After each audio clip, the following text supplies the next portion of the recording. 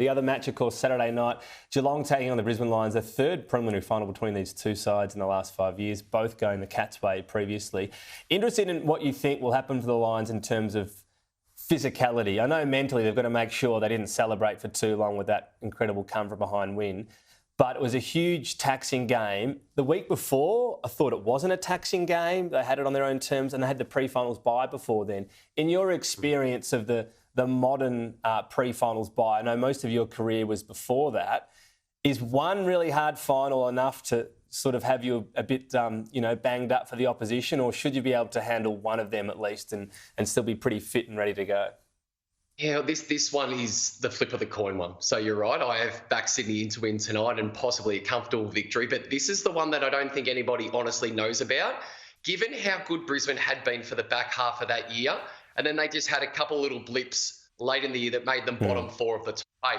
And then you throw in that piece that you've just mentioned about the pre-finals bye. It has suited someone like the Brisbane Lions that get to have the break and then get to play back-to-back games. So a lot of the modern-day players like the continuity of week-in, week-out football, and some of them don't even like having the 2 weeks off as the finals plays out. So they're primed. And what you have to admire about the Brisbane Lions in their performance last week about the Giants, they were completely out of it.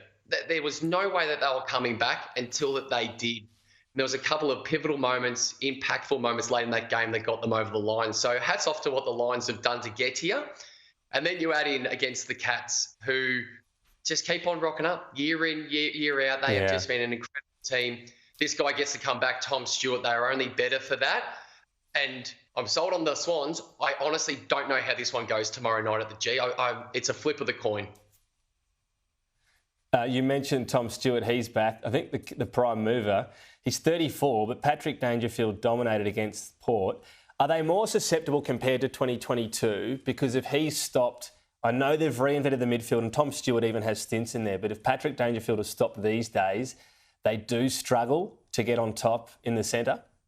Yeah, well, it's a conflicting argument because you say, is it an issue that a 34-year-old is their most dominant, influential player? And I said, that does happen in the league, hence why he's one of the greatest of all time. So if he's still their best midfielder, then life's okay from a Cats perspective. There's nothing wrong with that. But you are spot on. If Danger has a big game tomorrow night, it goes a long way to them winning once again. If he has a quieter night, then I think it goes more to that 50-50 style. So what do they do? What do they do with Dangerfield? What do they do with Tom Stewart? Is it a shutdown role? Do they just back themselves in the Brisbane Lions and think that we are just simply better than you?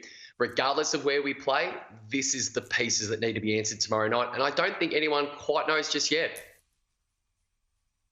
No, you're right. I think the start will be fascinating coming off that emotional high, I guess. They've got to hit the ground running and professionally, the Brisbane Lions. In my humble view, as their unofficial #1 ticket holder in Canberra, Nick Dal Santo. Thank you again for your time, for letting me just talk out my pre-game nerves. We'll talk again soon. All the very best. Enjoy.